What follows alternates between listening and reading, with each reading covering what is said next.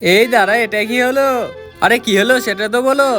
আরে আমার কেক চুরি করে নিচ্ছ, কত বদমাইশ মেয়ে এটা। আরে দাঁড়াও, আমার বেটিকে দেখছি। আরে হাত দেখা তো। তোমার বেটিকে এই শিক্ষা দিয়েছো কেক চুরি করছে পরের দোকানে?